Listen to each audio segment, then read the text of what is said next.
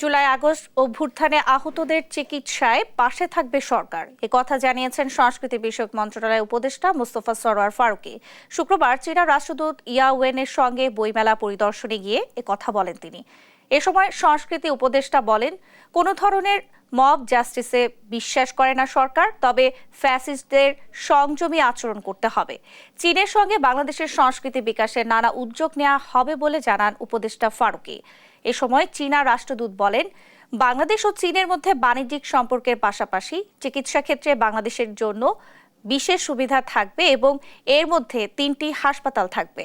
আগামী বছর থেকে 5টি ক্লাসিক বই চীনা ভাষা থেকে বাংলা এবং বাংলা ভাষা থেকে চীনা ভাষায় ডাবিং করার লক্ষ্যে প্রস্তুতি নেওয়া হচ্ছে বলেও জানান চীনা রাষ্ট্রদূত।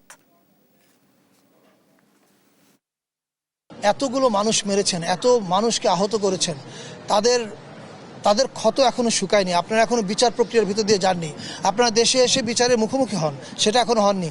না হয়ে যে উস্কানিগুলো দিচ্ছেন এগুলো অত্যন্ত খারাপ। কিন্তু একই সঙ্গে বলছি, দেশের কোথাও যে কোনো জায়গায় কোনো মবিং হলে অন্তর্বর্তী সরকার সেটার পক্ষে তো নাই, বরং আমরা সেটা ঠেকানোর কাজে ব্যস্ত আছি। Now the urgent need for the patients of Bangladesh to be treated.